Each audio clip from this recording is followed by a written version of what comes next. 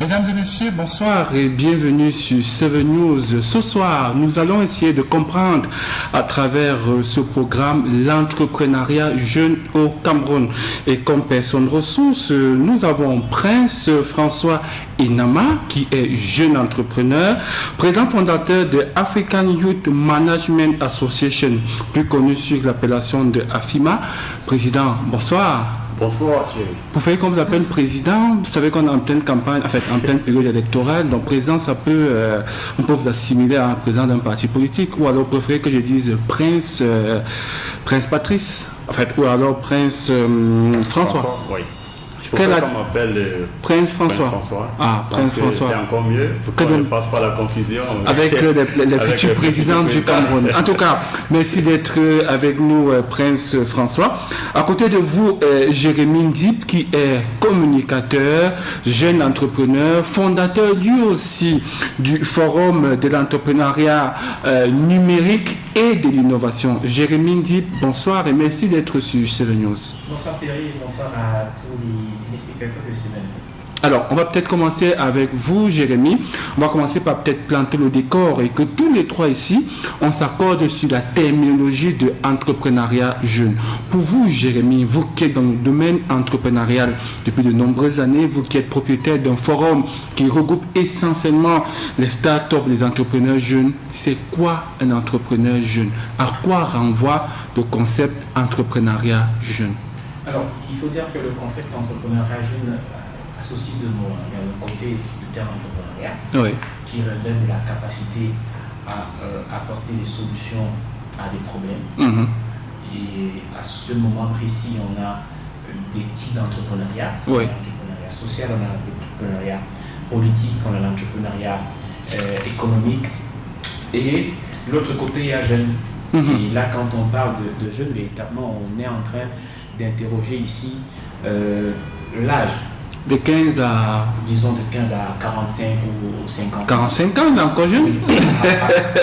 Allons jusque-là, en fait. Okay. Allons jusque-là parce que, en intégrant les réalités de chez nous, beaucoup de personnes découvrent l'entrepreneuriat après 35 ans. Donc, on peut encore se retrouver en train de repousser l'intervalle jusqu'à 45 ans parce que sous d'autres cieux, on commence à découvrir l'entrepreneuriat très tôt à l'école, c'est-à-dire qu'à partir de 2, 3, 4 ans, les jeunes commencent à se frotter à l'entrepreneuriat, on commence à les éduquer, à les sensibiliser à l'entrepreneuriat. Chez nous aussi, on découvre l'entrepreneuriat lorsqu'on a déjà écumé. Lorsqu'on a échoué partout. On a échoué partout. Et les études d'ailleurs prouvent que moins de 20% de jeunes au Cameroun ont l'esprit d'entreprendre et plus de 60% des PME ferment porte juste 2 ans après leur résistance. C'est tout à fait normal. C'est tout à fait normal. Dans le premier cas où 20% de jeunes s'intéressent à l'entrepreneuriat, ici le doigt accusateur est pointé sur le système éducatif, qui aujourd'hui est beaucoup plus tourné vers le diplôme. On va à l'école parce que c'est quelque chose qu'on a hérité de la colonisation coloniale, où on n'a pas compris que les étapes, ça change, c'est changeant, les dynamiques sont changeantes. C'est normal que dans les années 60-70, qu'on mette de l'accent sur les administrateurs parce que le Cameroun ou alors les pays est en pleine construction. En pleine construction, on avait besoin des administrateurs. Aujourd'hui, l'État étouffe. Depuis les années 90, l'État est en train d'étouffer. L'État ne peut plus à lui seul supporter le volume de jeunes qui sortent des universités chez nous. Donc, du coup, il est important de solliciter le secteur privé. Et ceci s'est manifesté par un ensemble de réformes mises en place par l'État pour que le secteur privé s'intéresse à la création de richesses, en fait, à l'absorption de ces jeunes qui sortent des universités. Mais on a peut-être mis en place des mécanismes qui ont des limites parce que en encourageant, on n'est pas revenu revoir le système éducatif. En tout cas, on va y revenir dans les prochaines minutes. Alors, Prince François, vous qui êtes un entrepreneur depuis, vous baignez dans la cuvée de l'entrepreneuriat, quel est l'état de lieu de l'entrepreneuriat dans notre pays, le Cameroun? Bien, déjà, pour faire une analyse de l'état de lieu de l'entrepreneuriat dans notre pays, c'est une analyse très difficile, je dirais. Essayez. Très difficile. Moi, ce que je veux faire comprendre, n'est-ce pas, c'est que nous avons des outils qui ont été mis sur pied pour permettre le développement de l'entrepreneuriat jeune. Et nous, dans notre association, dans notre organisation, nous avons essayé de faire une analyse de ces outils. Oui. Nous n'avons pas dit que ces outils ne sont pas très performants, même si nous trouvons que ces outils ne sont pas très performants. Nous expliquons comment. Vous savez, il y a certains éléments, certains outils qui ont été mis, en l'occurrence l'agence de création de l'entreprise. Vous ne pouvez pas créer une entreprise sans avoir sensibilisé les gens. C'est très difficile. Ça veut dire que vous amenez déjà le secteur de l'entrepreneuriat vers la perte, vers une chute. Vous voyez? C'est programmé pour échouer, comme disait quelqu'un. Voilà, c'est programmé pour échouer. Donc vous faites quelque chose qui est programmé pour échouer, et là, il y a un véritable problème. Il y a un véritable problème. Ça, c'est le premier aspect lorsque nous avons fait notre étude. Et alors, qu'est-ce que nous avons relevé comme élément très important pour que ces outils soient performants? Nous avons relevé la sensibilisation. La sensibilisation est le premier élément nécessaire pour qu'un outil puisse bien fonctionner dans le secteur entrepreneurial.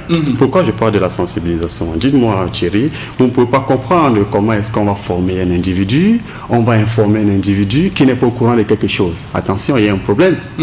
Voilà, c'est donc là que nous intervenons chez nous à FIMA. Nous intervenons avec des outils très performants qui prennent en compte la sensibilisation. Après la sensibilisation, prennent en compte la formation. Après la formation, l'information, et là vient la transformation. Donc parler de l'information, la formation, ensuite la transformation. Oui. Alors, Jérémy dit, en écoutant Prince, il a du mal en tant que jeune à faire l'état des lieux de l'entrepreneuriat jeune au Cameroun. Il parle plus d'une expérience personnelle et on le comprend. Vous, est-ce que on peut dire que l'entrepreneuriat jeune au Cameroun est encore à peine en train de retrouver ses marques, si jamais elles ont existé un jour? C'est un slogan politique. Le terme entrepreneuriat jeune est simplement un slogan politique. Comment vous le dites? Pourtant, vous, je vous ai présenté comme un entrepreneur jeune. Oui, quand je dis c'est un instrument certainement politique, parce que à côté, il y a des textes, il y a des mécanismes qui sont mis en place. Maintenant, il n'y a pas un relais pour véritablement impacter. Parce que si vous mettez des textes en place qui ne peuvent pas impacter, qui ne peuvent pas aider. Parce que les textes, l'environnement, pour l'entrepreneur, c'est un outil. C'est-à-dire que la loi sur la création, le CFCE, la banque des PME, c'est des outils. Et très souvent, ces outils sont ce qu'on appelle chez nous des appuis non financiers. C'est-à-dire qui devraient venir donner aux jeunes de la ressource, du savoir, pour pouvoir créer quelque chose. Donc, dès lors que vous mettez en place ce genre d'outils et que vous ne mettez pas à côté des instruments de diffusion, d'information et d'appropriation de ces outils, il y a un problème. Première chose. Deuxième chose, tout à l'heure, on parlait du CFCE où on nous dit qu'on pousse les jeunes à aller créer. Il faut comprendre qu'il y a une différence entre l'entrepreneuriat et la création d'entreprise. L'entrepreneuriat relève d'un ensemble de qualités et de comportements. La création d'entreprise, c'est un processus qui aboutit à se mettre au CFCE et à formaliser son entreprise. Parce que quand on parle d'entrepreneuriat, il faut regarder l'entrepreneuriat post-création et anté-création. C'est-à-dire qu'avant la création, on parle d'entrepreneuriat. Et après la création, on parle d'intrapreneuriat. C'est-à-dire que désormais, on est dans une organisation officielle où on doit encore continuer à faire parler ses capacités, ses aptitudes entrepreneuriales. Dans le domaine du management alors. Dans le domaine du management. Et c'est là où il y a un problème parce que aujourd'hui, vous avez dit, il y a beaucoup d'entreprises qui meurent. L'État communique sur aller créer des entreprises, mais ne s'assure pas que celui qui est en train de créer a des aptitudes pour manager. Parce que lorsque vous arrivez devant un expert, la première chose qu'il vous demande, c'est quel est votre business plan. Il faut comprendre que la réussite d'un projet repose sur deux entités. Première entité, c'est votre projet, votre idée de projet. Est-ce que c'est une opportunité d'affaires? Est-ce que c'est véritablement, il y a un marché, il y a un ensemble de critères, un ensemble de réponses qu'il faut apporter à votre question. On interroge le projet, il apporte des réponses, on s'assure que c'est une bonne idée. Maintenant, le deuxième élément sur lequel il faut jouer, c'est le porteur de projet. Est-ce que le porteur de projet est suffisamment outillé pour mener cette idée à bout? Pour pouvoir avoir un jeune qui a une très mauvaise idée, mais a toutes les capacités requises sur le plan entrepreneurial, il va jusqu'au bout. par exemple, une qualité comme la témérité, il va jusqu'au bout. Mais il faut qu'il soit bien coaché, il faut qu'il soit encadré. Il faut qu'il soit bien coaché, il faut qu'il soit bien encadré. Et là, ça demande aussi qu'ils soient informés sur les mécanismes, les outils qu'on met en place pour le coacher et pour l'encadrer. Vous pouvez avoir un gars qui a une très bonne idée, je dis bien une très très bonne idée, mais il n'a pas le truc, excusez du terme, on n'a pas la petite flamme qui vous pousse à y croire et l'idée meurt. Donc, je pense qu'il est important aujourd'hui de comprendre que l'entrepreneuriat est, sous d'autres choses, c'est des leviers sur lesquels on s'appuie pour créer de la richesse. Parce que quand vous allez au CFCE, beaucoup d'entreprises qui sont créées relèvent du secteur tertiaire, c'est-à-dire que c'est des entreprises de prestation de services.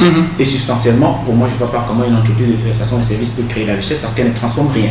Elle s'appuie sur les marchés publics. Elle s'appuie sur les marchés publics. Donc, il y a beaucoup de chiffres qui sont avancés quand il faut apprécier le secteur de l'entrepreneuriat. Des chiffres qui sont simplement proposés par l'État qui s'appuie sur cet indicateur qui pour moi n'est qu'une donnée. C'est pour convaincre des partenaires aussi. C'est pour convaincre des partenaires. Maintenant, est-ce que substantiellement ces entreprises qui sont créées arrivent à créer de la richesse?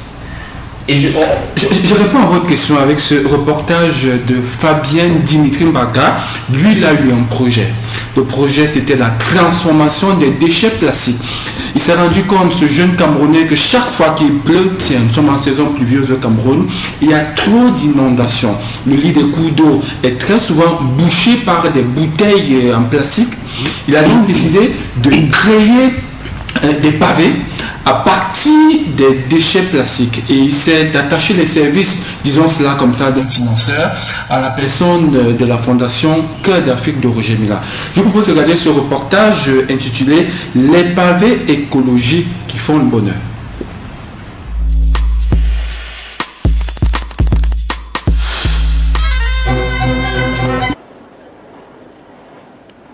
Le ministre de l'Environnement, de la Protection de la Nature et du Développement durable, Aimé Pierre, était lui-même sur le terrain ce matin ici à Olembe pour découvrir par lui-même ce chef-d'œuvre qui porte l'extampille de la Fondation Cœur d'Afrique d'Albert Roger Mila, un chef-d'œuvre qui fait déjà parler de lui et qui est une sorte de révolution dans le système de recyclage des objets plastiques.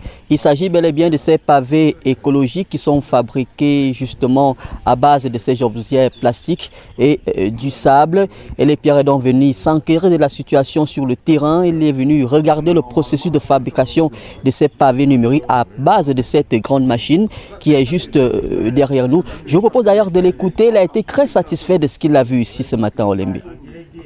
Le travail fait par Roger Mila a des dimensions multiples. D'abord, ça vise à lutter contre la pollution due au plastique. Deuxièmement, cela crée des emplois. Troisièmement, cela procède de la politique du gouvernement à garantir à tout un chacun un environnement sain. Donc c'est quelque chose de très, très, très important que nous venons visiter. Je pense que c'est l'occasion pour moi de dire que nous, tous les Camerounais, nous devons tous soutenir Roger Mila dans ces initiatives qu'il a voulu. Ce n'est pas pour se faire de l'argent, c'est pour le bien de notre pays, c'est pour le bien de la population, c'est pour le bien de notre santé. Par conséquent, il a besoin de l'aide et je pense que nous, au ministère de l'Environnement, nous sommes disposés à apporter tout le soutien nécessaire, tant sur le plan matériel que sur le plan technique, c'est-à-dire les conseils, puisqu'effectivement, il ne faut pas oublier que nous sommes en charge de la protection de l'environnement. Il est clair que la Fondation Cœur d'Afrique ne compte pas s'arrêter en si bon chemin. Le projet que voici va aller de l'avant et ces pavés écologiques seront utilisés notamment pour garnir tous les parkings du complexe multisport d'Olembe qui se graisse déjà fièrement dans ce magnifique quartier, un stade qui va justement abriter les rencontres de la prochaine Coupe d'Afrique des Nations de football que le Cameroun devra abriter à partir de 2019. Ici à Olembe, justement, Arnaud Yenga, Fabien Dimitri Mbarga pour l'original du Tout Info 7 News.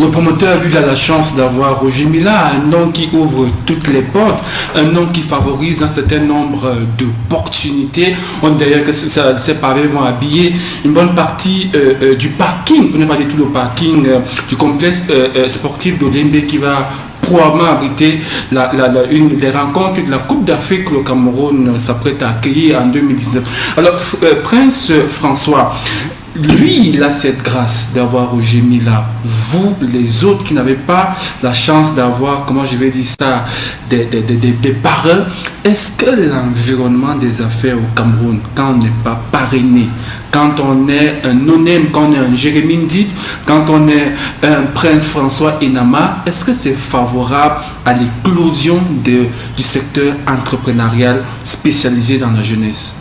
Très bonne question, Thierry. Mais je souhaite amener tout un chacun à savoir qu'il est important de développer le potentiel. Développer le potentiel. C'est-à-dire, nous n'avons peut-être pas la chance d'être parrainés aujourd'hui, mais vous savez, lorsqu'on met en place son dynamisme, comme nous sommes en train de le faire, en notre cas, vous savez, je vais vous parler un peu de notre association pour qu'on essaie de comprendre les faits, pour essayer de comprendre où nous sommes aujourd'hui. AFIMA, African Youth Manager Association. En fait, African Youth Manager, notamment AFIMA, a été fondé le 9 février 2017. Officiellement, c'est une association déclarée, oui, suivant un récépissé qui nous a été délivré par les autorités compétentes. Alors, AFIMA a l'objet de promouvoir l'entrepreneuriat jeune. Alors, pour promouvoir l'entrepreneuriat jeune, il faut définir un certain nombre d'objectifs, mettre en place une stratégie, et évaluer, mettre en place un plan d'action et faire un suivi du plan d'action. Alors, qu'est-ce que nous avons fait? Nous avons développé des outils. Nous avons développé les outils nécessaires pour pouvoir développer ce potentiel, susciter de l'attention de nos frères, de nos frères jeunes. C'est-à-dire révéler le génie créatif somnolent. Normalement, parce qu'aujourd'hui, il faut que la jeunesse se mette dans une posture de création de richesse. Vous voyez, parce que si nous ne mettons pas dans une posture de création de richesse, comment est-ce que nous voulons avoir un parrain?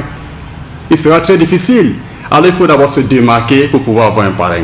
C'est très important. C'est dans cette logique, c'est dans ce dynamisme que nous nous mettons. Nous sommes en train de développer une stratégie pour pouvoir avoir un parrain. Déjà, nous avons un parrain de notre événement que nous organiserons du 3 au 8 juin 2019, notamment la semaine de l'entrepreneuriat jeune, qui est un de nos outils que nous avons mis en place. J'en parlerai d'autres outils, en l'occurrence la SOA qui est le Startup Africa. Alors, je reviendrai sur la Startup Africa. Je vais commencer par la semaine de l'entrepreneuriat jeune. Nous avons un parrain qui nous a tendu la main au nom de Roland Koumen. Roland Koumen, que tout le monde connaît, qui était le président de la jeune chambre internationale, le plus jeune d'ailleurs, le Camerounais, qui a l'habitude de dire que lui ne boit que de l'eau. Il boit que de l'eau. Il ne boit pas de champagne, il ne boit pas le vin. Donc, comme je disais, nous sommes dans cette optique de développer, de veiller le potentiel jeune. Parce que quoi? Vous allez remarquer, dans nos objectifs, nous devons définir une véritable culture entrepreneuriale dans l'esprit des jeunes. Ça, c'est l'objectif principal. Vous parlez également de la promotion de nos activités locales pour susciter ce que vous avez baptisé la croissance de l'indice de productivité. Si je commence par la croissance de l'indice de productivité. La croissance de l'indice de productivité est induite par quoi? Par l'amélioration des revenus réels et du bien-être. Alors, lorsqu'on fait le rapport pour trouver l'indice de productivité, c'est le rapport entre la production et les éléments qui induisent cette production.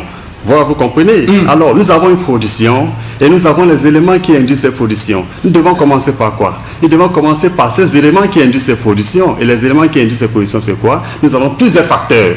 Parce que lorsque je parle d'éléments, je fais appel aux facteurs. Nous avons plusieurs facteurs et nous allons nous concentrer sur notre facteur. Quelques facteurs. Le facteur entrepreneurial. Le facteur entrepreneurial, c'est ça que nous allons appeler. Parce que c'est un facteur important aujourd'hui. Et lorsqu'on parle de facteur entrepreneurial, on précise l'entrepreneuriat jeune.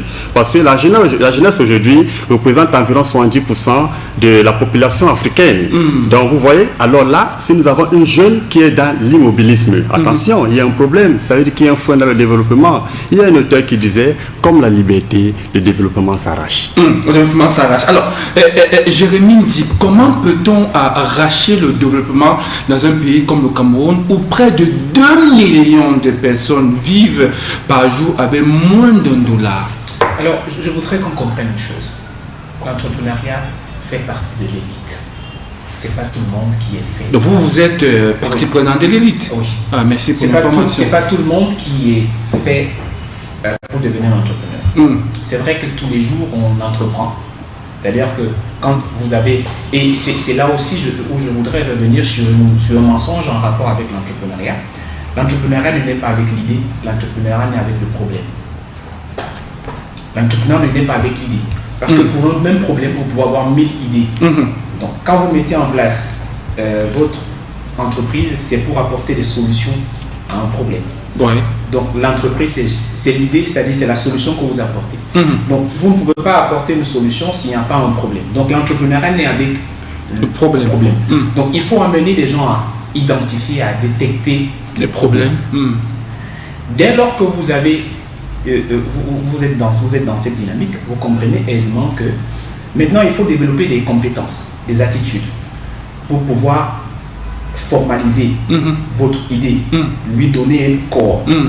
Et quand vous avez donné corps à votre idée, il faut maintenant être légal en réalité. Donc, les Camerounais, si on a 27 millions d'habitants, on a 27 millions de problèmes qu'il faut identifier et qui sont des potentielles sources d'entreprise, de création d'entreprise. Alors moi je m'avais posé cette question, Jérémy, pour que vous développez davantage.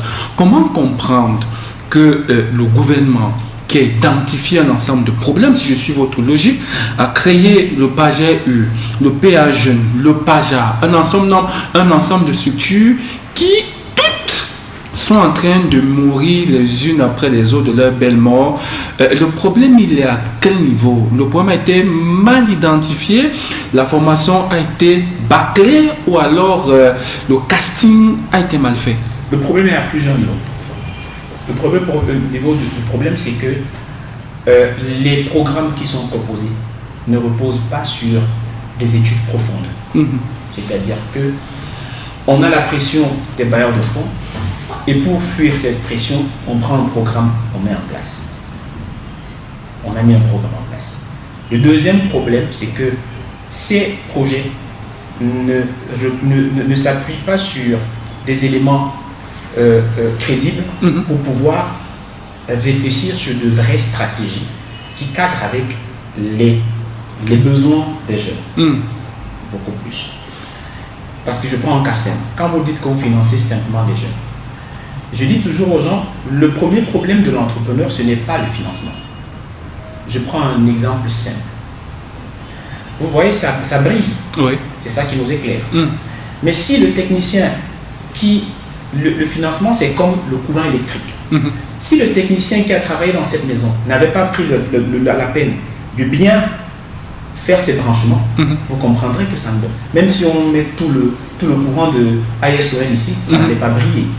C'est ça le financement. Le financement vient juste booster ce que vous avez mis en place. Donc, on passe le temps à nous faire croire que c'est le financement. Et on met en place des structures de financement en oubliant de dire aux jeunes, il y a dans le financement, dans l'appui, 2 types d'appui. Comme je le disais, l'appui non financier et l'appui financier. La jeunesse camerounaise a besoin beaucoup plus d'un appui financier. Qui commence où? Qui commence à partir de l'école, à partir de la refonte du système éducatif, pour encourager les jeunes à comprendre que ce n'est pas seulement l'administration qui leur offre une garantie. Il y a aujourd'hui que l'entrepreneuriat offre une autre garantie. On peut même aller plus loin. Hier, on célébrait les 3 ans des objectifs de développement durable, qui s'étalent sur 17 points. On peut aller plus loin en leur disant, appuyez-vous sur les ODD et vous comprendrez que vous pouvez, à chacun à son petit niveau, créer de la richesse. Lorsqu'on a donc bien structuré, tout à l'heure vous parliez de financement, lorsqu'on a bien structuré son affaire, lorsqu'on est bien outillé, lorsqu'on est bien encadré, quand le financement vient, il ne peut que circuler comme il doit circuler pour alimenter un espace. Donc, Quand on revient maintenant pour dire il y a près de 2 millions de personnes qui vivent avec moins d'un dollar. Avec moins d'un dollar par jour. Je disais, là encore, il y a un problème. Et je vous rappelle que s'il y a des personnes qui valent moins d'un dollar par jour, c'est peut-être parce qu'on n'a pas réussi à mieux orienter les jeunes. Parce que quand on vous dit entrepreneuriat, c'est qu'il faut même qu'il y ait des cabinets qui vous donnent la possibilité de vous informer sur des secteurs porteurs.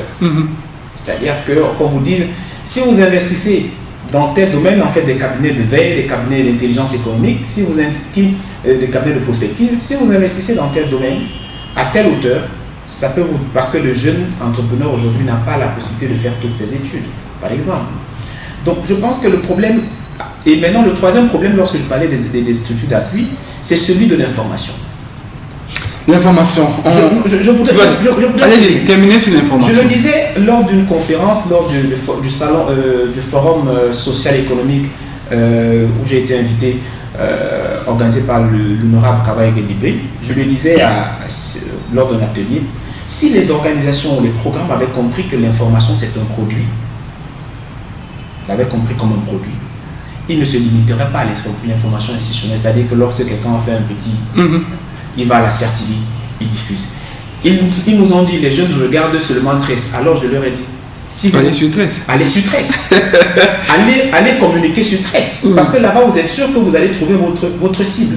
Donc je pense que tous ces éléments, il y a encore beaucoup d'autres facteurs, mais comme le temps... On va parler des autres facteurs tout à l'heure. Je essaie d'ajouter quelque chose à ce qu'il vient de dire. Oui, je vous donne la parole tout à l'heure, mais je veux qu'on reste dans l'information. Au moins, la quasi-totalité des jeunes ont reçu cette information.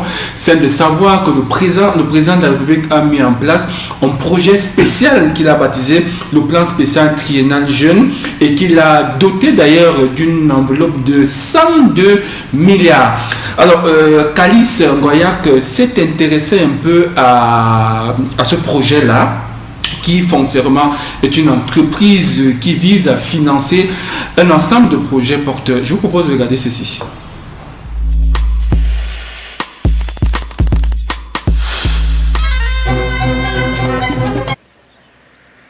Le Cameroun est confronté au problème de l'emploi des jeunes.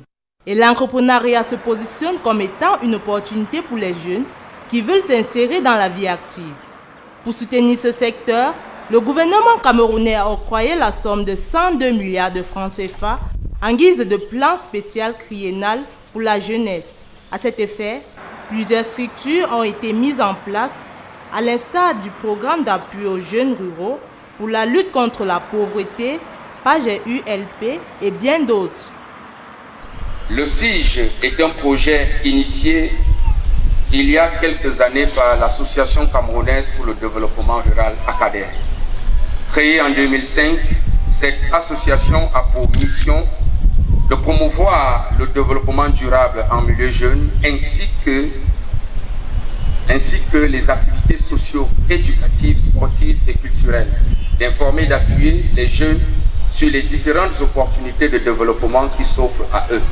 Le constat est clair, la question de l'entrepreneuriat jeune nécessite bien plus que de simples réformes et des salons à eux dédiés. La grande doléance est d'intégrer ce grand rendez-vous mondial de la jeunesse dans le budget de l'État, parce que la jeunesse n'a pas de moyens pour pouvoir organiser un tel événement.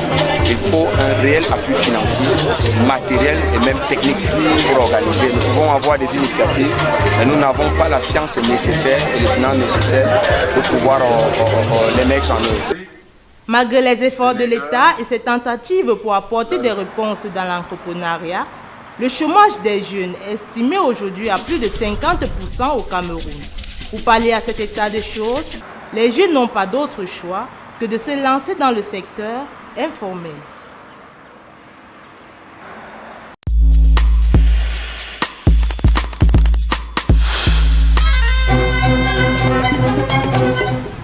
Prince François, vous au moins vous avez reçu l'information du plan triennal jeune, c'est 102 milliards que le président a octroyé. J'imagine que vous en avez fait bon usage. Et déjà, si vous regardez le contexte dans lequel nous avons lancé notre association et nous avons mis en place nos projets, c'est en rapport avec le plan Triennal Jeune qui a été lancé depuis 2017. Mais vous dire que nous avons reçu quelque chose, c'est trop vous dire. Déjà, il y a une très longue démarche pour obtenir des financements. C'est que, parce que nous ne sommes pas dans une posture d'aller nous placer quelque part, attendre les financements. Et lorsqu'une démarche est assez lourde de la sorte, alors là, qu'est-ce que nous faisons? Nous créons notre dynamisme, pas notre dynamisme. Nous nous écartons de cette posture-là. Nous ne voulons pas être de ceux qui attendent toujours que les fonds viennent. Vous faites partie de ceux qui proposent. Qui proposent et qui développent. Ouais. Attention. Alors, lorsque j'essaie de faire un commentaire sur ce plan Triennal Jeune, moi j'aimerais bien qu'on nous dise de 2017 à aujourd'hui, on n'a pas de rapport sur les entreprises qui sont créées. Mais il y en a qui sont allés quand même dit merci au président de la République il y a quelques jours, en rencontrant le ministre de la Jeunesse. Ils ont même fait une motion de soutien. Ils ont contribué quelques millions au fameux plan d'assistance aux sinistrés de la fameuse crise anglophone. Qu'est-ce qui nous dit que ce n'est pas ce même agent qu'ils ont reçu qui finance cette En tout cas, je vous rapporte des faits.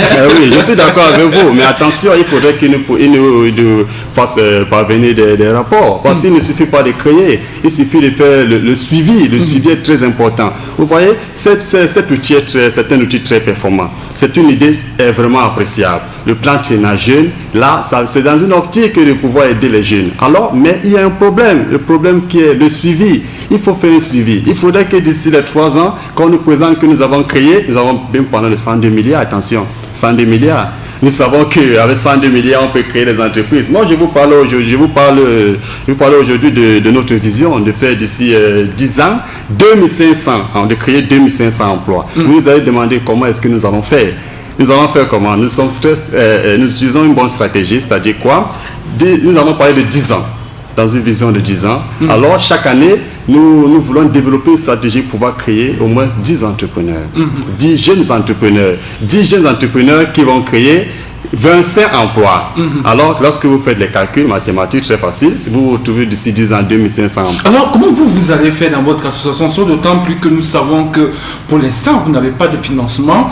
Vous m'avez dit que vous avez un parrain que nous connaissons tous, Roland Kwame, qui, au moins qu'il a gagné au loto récemment, n'est pas millionnaire, si ce n'est la richesse intellectuelle, la richesse de l'expérience, pour ne pas reprendre un slogan d'un homme politique, la foi de l'expérience. Bien, lorsqu'il parlait aujourd'hui d'un cabinet de veille et d'intelligence économique, j'aimerais rappeler que nous sommes également un cabinet de veille et d'intelligence économique. Si vous avez essayé d'écouter ce que je vous disais tout à l'heure, je vous disais, on parlait de la sensibilisation, la formation, l'information et la transformation. Alors, lorsque vous faites un rapport sur ces 4 éléments, vous vous rendez bien compte que nous faisons de la veille et de l'intelligence économique. Alors, quand vous nous posez la question de savoir comment est-ce que nous allons faire pour arriver à créer 2500 emplois d'ici 10 ans, moi je vous réponds tout simplement que il faut savoir que dans notre groupe, nous avons les têtes pensantes pour faire ce projet. Et concrètement, ce que nous allons faire, c'est dans notre optique de sensibilisation. Déjà, sensibilisation, formation. Nous formons, nous informons, nous transformons. Comment nous allons faire pour créer les entreprises? Tout simplement en développant des stratégies ou en mettant sur pied des outils de financement. Parce qu'aujourd'hui, nous sommes en partenariat, nous sommes en pourparlers avec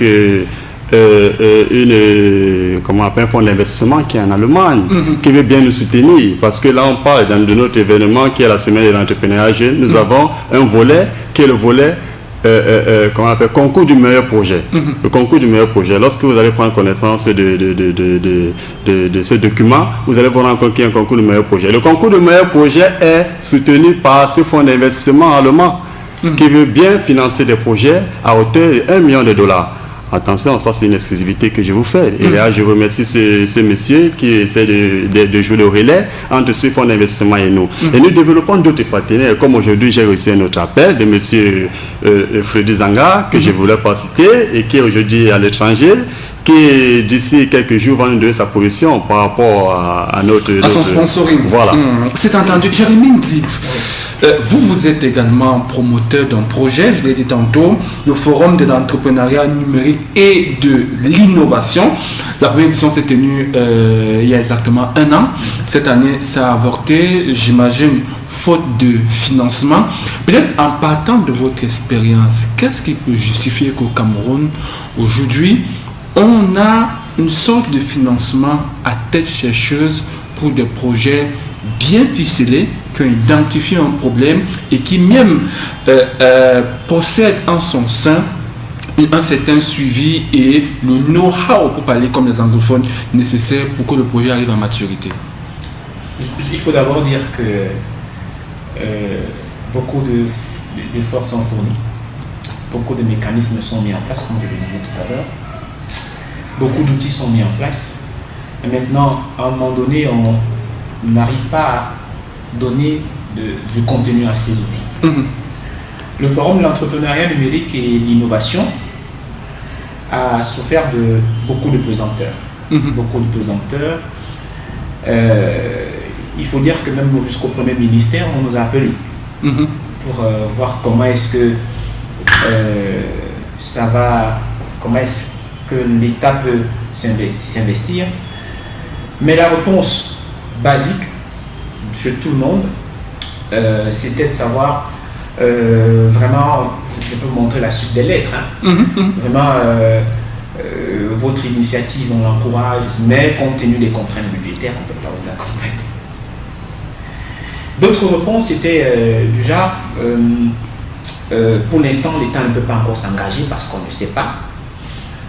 Il faut arriver à la 3e, 4e, 5e édition pour qu'on voit ce que vous pouvez, en fait, comment est-ce que ça va se passer. Donc il y a plein de pesanteurs que je vais taire ici en fait, que je vais taire ici, mais qu'on pourra échanger en off parce que c'est notre pays, il ne sert à rien de l'exposer. Naturellement. Mais il faut comprendre que la vie d'un entrepreneur aujourd'hui, ce n'est pas un enfer. Ce n'est non plus un long fleuve tranquille. C'est non plus un long fleuve tranquille, c'est un enfer doux en fait.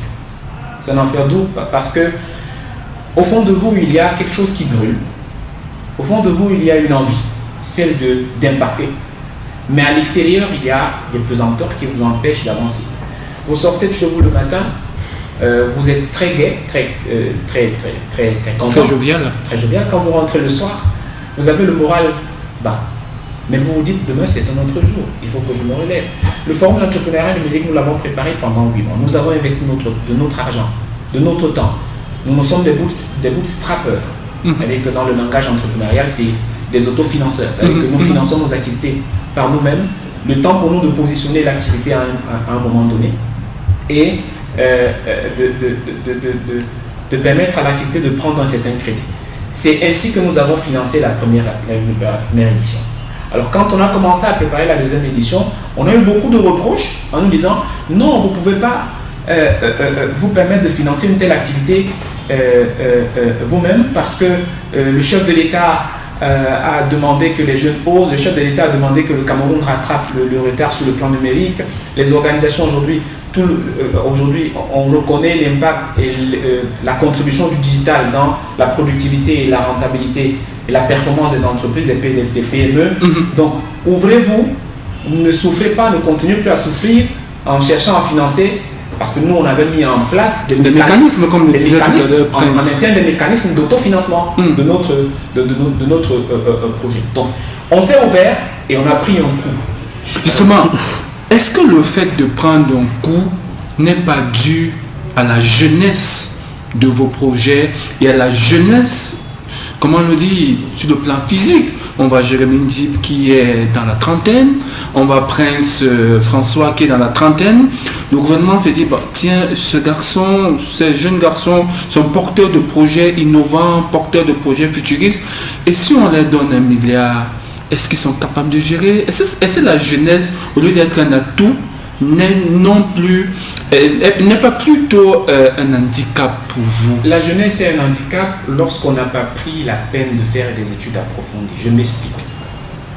Quand votre enfant commence à marcher, vous ne dites pas, vous ne refusez pas de lui tenir la main.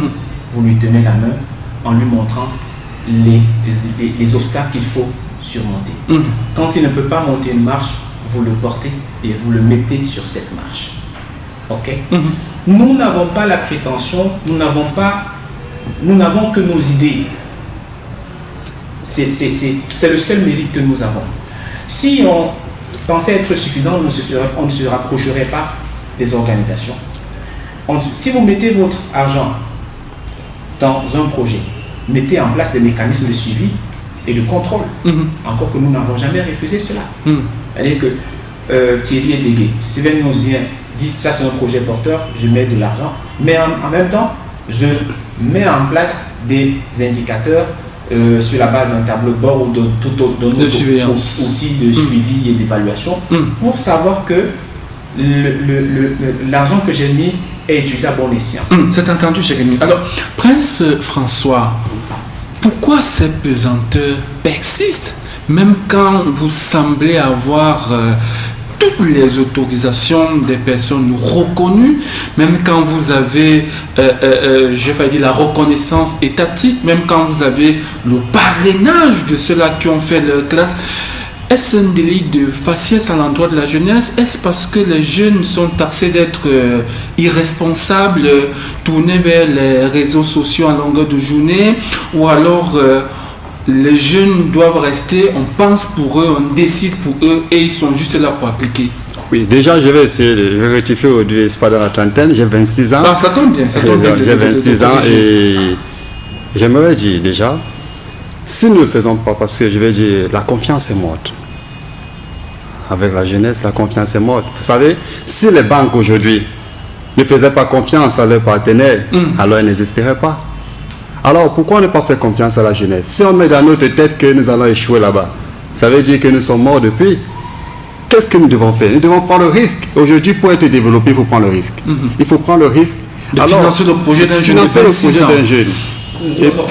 Allez-y, il faut prendre le risque de financer le projet d'un jeune. Oui. Attention, les banques se sont développées aujourd'hui comment? Les banques ont pris le risque d'accorder des crédits. Mais qu'est-ce qu'elles ont fait? Des mécanismes de contrôle.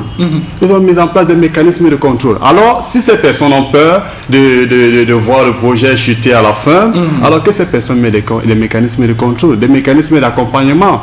C'est pour ça que nous intervenons. Nous disons bien qu'il ne suffit pas de créer un projet ou de financer un projet. Il suffit de faire l'accompagnement du projet. S'assurer, parce qu'on parle de pérennité d'un projet lorsque ça a fait 5 ans. Vous voyez, un projet devient majeur après ces 5 premières années.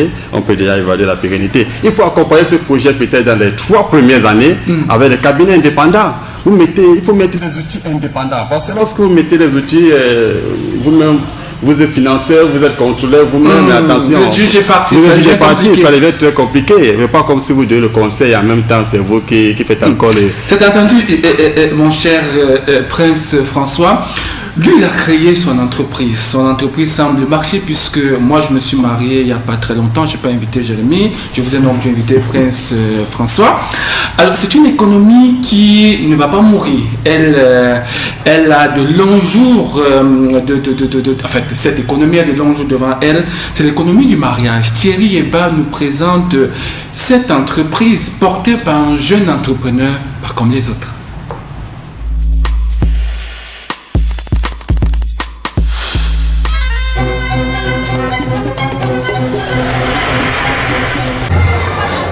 Les récentes articulations à l'esplanade de l'hôtel de ville de Yaoundé à l'occasion du salon sur le mariage a donné à voir et à observer la grande ruée d'une palette d'opérateurs économiques qui s'est construite depuis peu sous nos cieux autour des unions légales.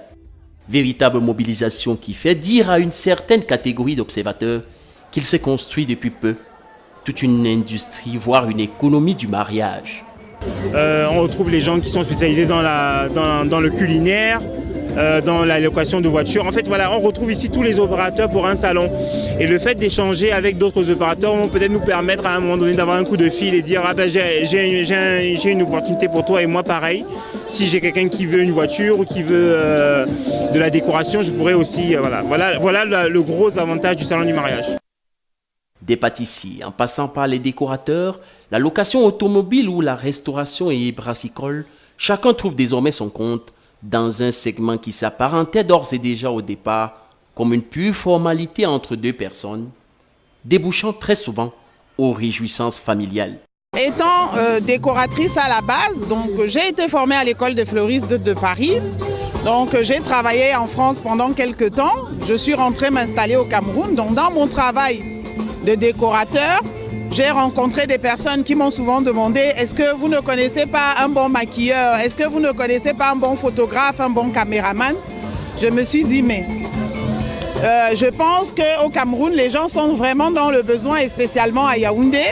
Donc on va réunir en un seul lieu tous les professionnels du secteur nuptial. » Aujourd'hui, donc, se marier, c'est penser avant tout aux beaux vêtements, à la belle voiture et au beau cadre, accompagné de tous ces artifices et enjoliveurs de toutes sortes qui, très souvent, ne sont pas à la portée du premier venu. Autant d'éléments donc qui viennent davantage accentuer, voire aggraver les frustrations que peuvent vivre les jeunes autour de l'engagement marital.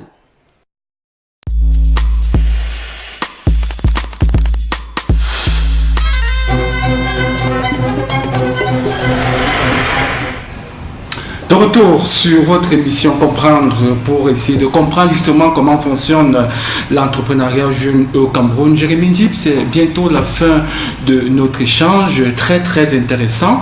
Alors comment vous, jeunes entrepreneurs, vous entrevoyez l'horizon? Brouillé? Si l'horizon était brouillé, je déposerais les clés, je deviendrais l'entrepreneur. En fait, la force d'un entrepreneur, c'est toujours voir du blanc là où il y a noir. Parce que c'est aussi ça sa vocation, transformer, améliorer. Alors si vous, comme je vous disais tout à l'heure, l'entrepreneur est l'élite, si vous qui devez montrer l'exemple, vous abandonnez, ça devient un problème. C'est vrai, il y a beaucoup de pression.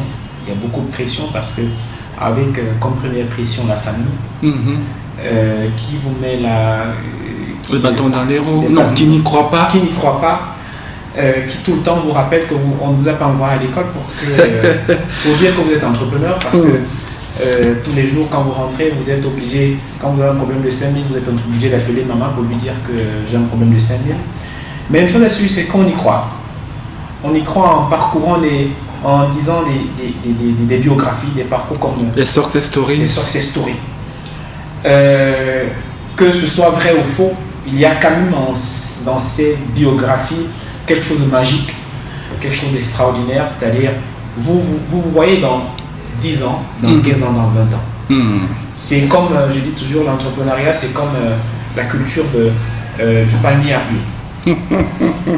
Vous savez, pour que vous commencez à récolter de l'huile, ou comme le cacao, pour commencer à récolter du cacao, il faut être patient. Il faut être très patient. Alors, très patient. Est-ce que cette patience va quand même déboucher sur quelques dates pour ce qui est de votre forum numérique? On croise les doigts pour que ça se tienne l'année prochaine. Le forum de l'entrepreneuriat numérique, qu'il pleuve ou qu'il neige, nous sommes revenus à l'ancien mécanisme de financement de ce projet. C'est-à-dire que le QG, on est en période électorale, on peut aussi se permettre d'utiliser ce Jérémy. Donc le QG se trouve au centre d'insertion des jeunes, à Komkana. Et on est reparti sur des mécanismes, les anciens mécanismes de financement, c'est-à-dire l'autofinancement. Donc on est en train d'asseoir, et aussi sur le collaboratif. Le collaboratif et les partenariats. Voilà un peu les trois. En tout cas, à vous entendre, on croise les doigts pour qu'en 2019 ce forum se tienne. Prince François, vous dites que la semaine de l'entrepreneuriat jeune, la toute première édition qui a pour thème entrepreneuriat jeune, catalyseur de la valeur économique, elle va et elle doit se tenir à Douala, à l'université de Douala, du 3 au 8 juin prochain. Oui, déjà je vais faire une évaluation. Cette semaine, cet événement a été prévu déjà d'abord en octobre 2017. Cet événement est avorté et je reviens sur ce que disait Jérémy, la persévérance. C'est l'élément essentiel d'un entrepreneur. La persévérance, il faut persévérer. Parce que si on n'était pas dans cette culture, dans cette vision de persévérance, nous ne serons plus là. Parce que il y a certains éléments que je vais vous raconter en off, parce que si vous vous rendez compte de ce que nous avons vécu lorsque nous voulions organiser cet événement, vraiment peut-être vous à ma place, vous aurez déposé les clés, comme il disait. Donc, cet événement cette année, l'année prochaine, en 2019, va se tenir. Qu'il neige, qu'il vente, qu'il pleuve. Ça va se tenir. Parce que nous avons tous les moyens pour arrêter cette pluie. En tout cas, Seven News sera du côté de Douala pour vous accompagner pour ce projet-là. Merci à tous les deux d'être venus partager votre expérience sur le plateau, de comprendre pour permettre à nos téléspectateurs, ceux qui veulent se lancer dans le secteur entrepreneurial et qui ont encore peur, qui éprouvent des réticences.